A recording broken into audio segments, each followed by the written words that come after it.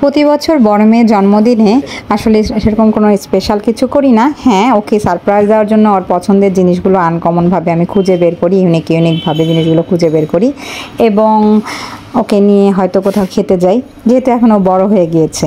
তো এবার একটু অন্যরকম চিন্তা করেছি, অনেক দিন আগের থেকে প্ল্যানটা করে রেখেছিলাম, দেখি কতটুকু এগোনো যায়। তো এই ভেবেই আমি অনেক দিন আগে থেকেই আমার প্ল্যানটা আমি বাস্তবায়ন দেওয়ার জন্য সব কিছু রেডি করছিলাম। এদিকে যেদিন জন্মদিন তার ঠিক আগের দিন রাত্রে আমি যেহেতু বাচ্চাদের উইশ করে থাকি, তো ওর খুশির জন্য ওর যে পছন্দের যে জিনিসগুলো সেগুলো নিয়ে খাবার এবং কেক সাথে করে নিয়ে বাসায় চলে যেয়ে ওকে বললাম তুমি রেডি হও, তারপর আমরা একসাথে সবাই মিলে অনেক আনন্দ করলাম। ওর যে যে জিনিসগুলো খুব পছন্দ খাবারের, আমি বেশিরভাগ ক্ষেত্রে সেই খাবারগুলো নিজের হাতে তৈরি করে থাকি। ও যে পিঠাটা পছন্দ করে বা যেরকম মিষ্টি জাতীয় খাবার, অধিকাংশ খাবারগুলোই আমি হাতে তৈরি করে থাকি। কিন্তু এবারে আমি হাতে তৈরি করার সময় পাইনি, যার কারণে সব কিছুই বাইরে থেকে কিছু কিছু জিনিস নিয়ে এসেছি। আর আমার সময়ও ছিল না, এবার শরীরটাও ভালো ছিল না। যাই হোক, তারপরে আমি ছোট্টখাট্ট একটি ডেকোরেশন করে ঘরে প্রত্যেকবারের মতোই যেরকম উইশ করি প্রতি বছর, সেরকম প্রত্যেকবারের মতোই এবারও ওকে সুন্দরভাবে এই অল্প কিছু জিনিস দিয়ে উইশ করলাম। তো সাথে ছিল আমার মা, ভাই, আমরা সবাই মিলে সময়টাকে অনেক এনজয় করলাম। ওর কাছেও ভালো লেগেছে, ও বুঝতে পারেনি আসলে অন্য সময় আমি অন্যভাবে ওকে উইশ করে থাকি, এবার একটু অন্যরকম। পাশাপাশি রয়েছে ওর নানু এবং মামু, সুন্দরভাবে ওকে বসিয়ে আমরা সবাই একটু একটু করে কেক খাইয়ে দিলাম এবং খুব মজা করলাম। আমি ওর বাবা কেক খাওয়ালাম প্রথমে, তারপর ওর নানু ওকে খুব আদর করলো, তার পাশাপাশি সেও খুব মজা করছিল। ওর মামাও ছিল এখানে। তো সবাই মিলে একসাথে দাঁড়িয়ে সবাই মিলে একটু একটু করে কেক কাটলাম, ওর সাথে গল্প করলাম, খুব মজা করলাম। আর সবচেয়ে মজা হচ্ছিল যে এই সময়টা এত আনন্দ হচ্ছিল, আপনারা সবাই দেখলেই বুঝতে পারবেন। তো যাই হোক, তারপরে কেক কাটাকাটির পর্ব চলছিল, সেখানে আমার মা, মেয়ে সবাই মিলে সব মিলে একসাথে দুষ্টুমি করছিল।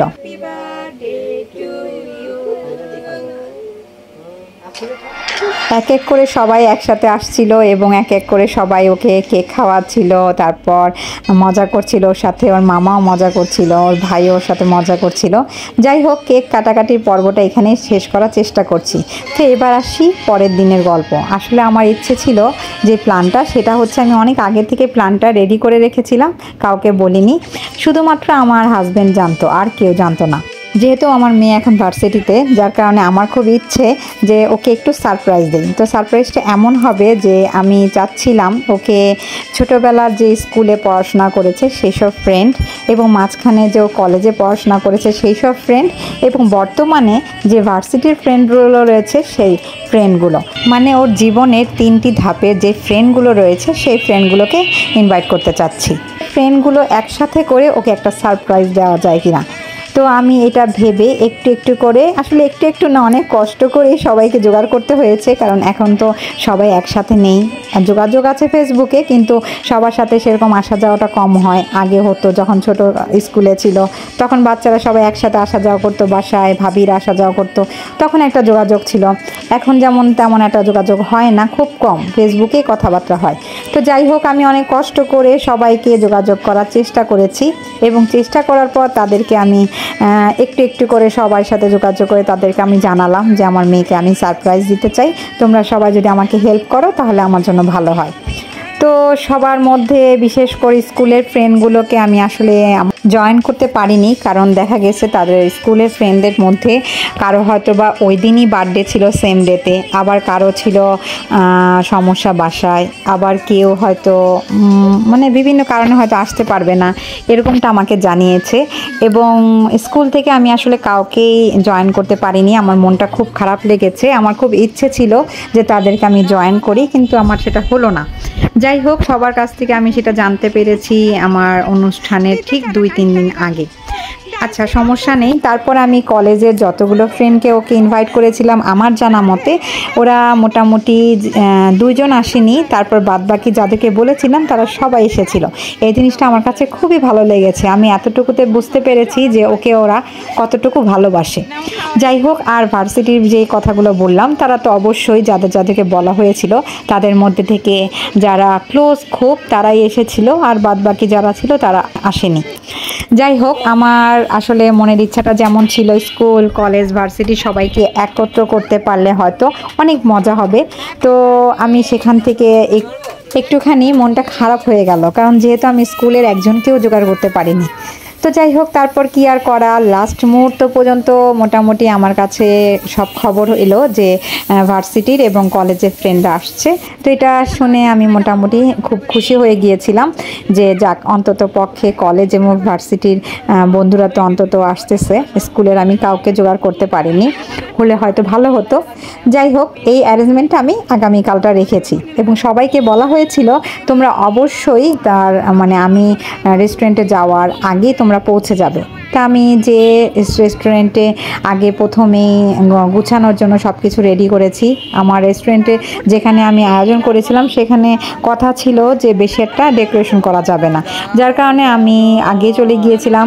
তারপর ওখানে যে অল্প হালকা কিছু ডেকোরেশন করলাম এবং যাওয়ার সময় ওর জন্য আরেকটা কেক অর্ডার করে নিয়ে গিয়েছিলাম, যেহেতু সবার সাথে একসাথে কেক কাটবে, এবং পাশাপাশি কিছু ফুল কিনে নিয়ে গিয়েছিলাম, কারণ আমার ইচ্ছে ছিল সব ফ্রেন্ডরা হাতে করে একটা করে গোলাপ থাকবে এবং ওকে সবাই উইশ করবে এই গোলাপটা দিয়ে। যাই হোক, কথা মতো আমি চলে গেলাম এবং সেরকমভাবেই সবাই চলে এসেছিল। ও আসার আগেই মোটামুটি সবাই চলে এসেছিল। তো এর মধ্যে থেকে একটু কথা ছিল যেটা, যে সবাই হয়তো প্রশ্ন করতে পারেন ও তো কিভাবে চলে গেল। আমি বাসা থেকে বলে বের হয়েছিলাম, আমার হাজব্যান্ড সেখানে আমাকে হেল্প করেছে। বাসা থেকে বলেছিলাম যে আমি কেকটা নেই, তোমরা চলে যাও, আমি কেক নিয়ে আসছি। তো এই সময়টুকুর মধ্যে আমি আসলে তাড়াতাড়ি করে আগেই চলে গিয়েছিলাম, কেক নিয়ে চলে গিয়ে তারপরে অল্প হালকা কিছু সাজানো হয়েছিল খুব দ্রুত করে। তো আমার হাজব্যান্ডকে ফোনে যখন আমি বলেছি তুমি এখন বের হয়ে আসো, তখন ও আইকোকে নিয়ে চলে আসলো এবং আমার ফ্যামিলির সবাইকে নিয়ে চলে আসলো। যখন আমি বুঝতে পেরেছি আমার এখানকার সব মানে আইকোর ফ্রেন্ডরা সবাই চলে এসেছে, তখনই আমি বাসায় সবাইকে জানিয়ে দিয়েছি চলে আসতে। তো এটাতে ও বুঝতে পারেনি, কারণ আমি বলেছিলাম যে রাতে আমাদের সাধারণত এই রেস্টুরেন্টগুলোতে খাওয়া হয়, কিন্তু আমি যেহেতু ওকে বলেছি রাত্রে আমাদের আরেকটা ইনভাইটেশন আছে, আমরা এক জায়গায় যাব, এর জন্য ওর জন্য দুপুরে আয়োজন করেছি। তো এটাতে ও কিছু মনে করেনি, ও আসলে এই জিনিসটা বুঝতেই পারেনি। যাই হোক, তার সবাই মিলে অপেক্ষা করছিলাম ওর জন্য।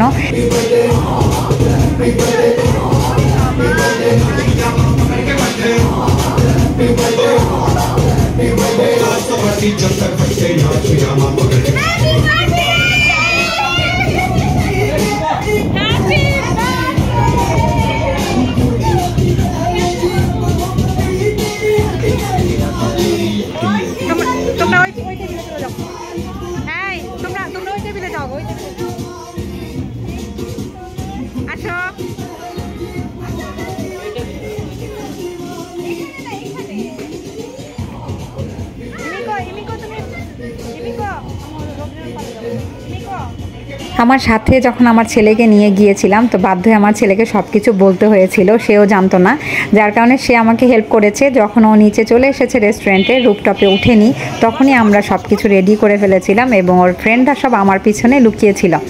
তারপর সবাই মিলে ওকে উইশ করলো, ও তো দেখে অবাক। আর আরেকটা জিনিস হয়েছে কি, যে সেদিনকে যেহেতু নর্মাল দিন ছিল, তো যার কারণে রাস্তার জ্যামে পড়ে ভার্সিটির যে বান্ধবীরা বা বন্ধু আসার কথা ছিল তারা আসতে একটু দেরি করে ফেলেছে। তো এই জায়গাটাতে আরেকটু সমস্যা হয়ে গিয়েছে, এর জন্য আমার একটুখানি মনটা খারাপ লেগেছিল। তো ওদের জন্য অপেক্ষা করতে করতে সারপ্রাইজটা আসলে ওরকমভাবে দেওয়াই হলো না, জাস্ট কলেজের যারা ফ্রেন্ডরা ছিল তাদেরকে দিয়েই ওকে সারপ্রাইজটা দিতে পারলাম। আর ভার্সিটির যে ছেলেমেয়েরা তারা আসতে দেরি করাতে সারপ্রাইজটা আসলে তারা আসতে যেহেতু দেরি হচ্ছিল, তাই দুপুরে খাবারটা আমি আসলে সবাইকে বললাম যে আগে আমরা খাবারটা খেয়ে নিই, তারপরে আমরা বার্থডে কেকটা হয়তো কাটবো। এদিকে ভার্সিটি থেকে যে ওর ফ্রেন্ডরা আসবে এটাও জানতো না, যার কারণে এটা একটুখানি সারপ্রাইজ রেখেছিলাম। তাই আমি খাবারটা অর্ডার করে ফেললাম, যেহেতু আস্তে আস্তে সময় চলে যাচ্ছিল। তো খাবার অর্ডার করার পর যখন খাবার রেডি হচ্ছিল, মানে সবাইকে দিয়ে দেওয়া হচ্ছিল, এই মুহূর্তে ওর ভার্সিটির সব ফ্রেন্ডরা চলে আসলো। তো যার কারণে ও আরেকটু সারপ্রাইজ হয়েছে তখন, কিন্তু যে জিনিসটা করতে চাচ্ছিলাম সেটা আসলে আর হলো না। যাই হোক, কিছু করার নাই, সারপ্রাইজ তো দিতেই পেরেছি। স্কুল বাদ দিয়ে কলেজ এবং ভার্সিটির ফ্রেন্ডদের সাথেও সময়টা কাটাবে, এতটুকুতেই আমি যথেষ্ট খুশি। আর আমার মেয়ে খুশি হলেই আমি খুশি।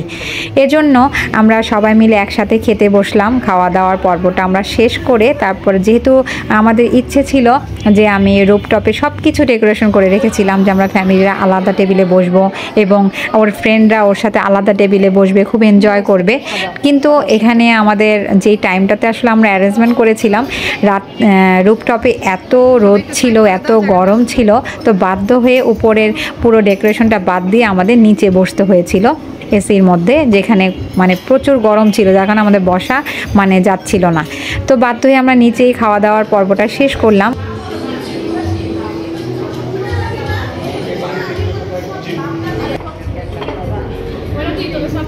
না তোমার ইটার চাপায় না।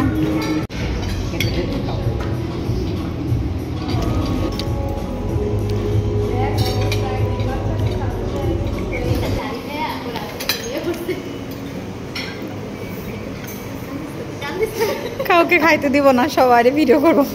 আন্টি হচ্ছে যে বিয়ে বাড়ি করে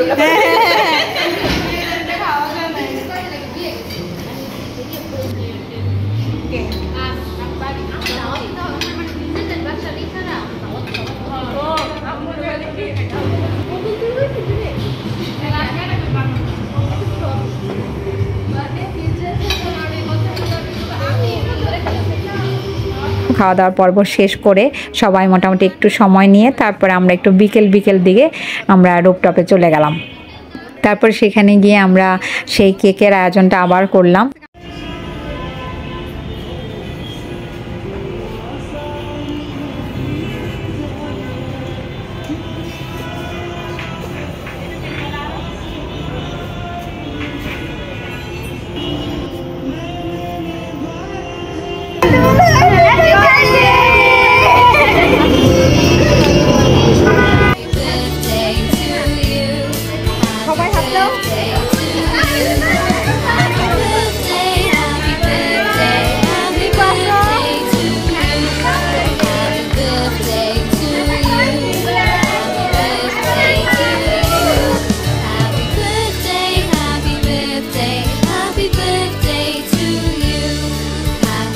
এবং কেক নিয়ে সবাই মিলে দাঁড়ালো। তারপর বন্ধু বান্ধবরা সবাই মিলে একসাথে কেক কাটাকাটির পর্বটা শুরু হয়ে গেল। আমি এই ফাঁকে ওকে ভিডিও করে দিচ্ছি এবং ছবি তুলে দিচ্ছিলাম। সবাই মিলে খুব মজা করছিল, কেক নিয়ে খুব দুষ্টুমি করছিল। আর আমিও চাচ্ছিলাম এটাই যে ওর ফ্রেন্ডদের সাথে একটু আনন্দ করবে, মজা করবে, এটাই তো আসলে, আর কিছু না। আবার কবে দেখা হয় কি হয় সেটা তো আসলে বলা যায় না, যার কারণে যতটুকু সময় পাচ্ছে অতটুকু সময়তেই ও সব ফ্রেন্ডের সাথে খুব মজা করছিল।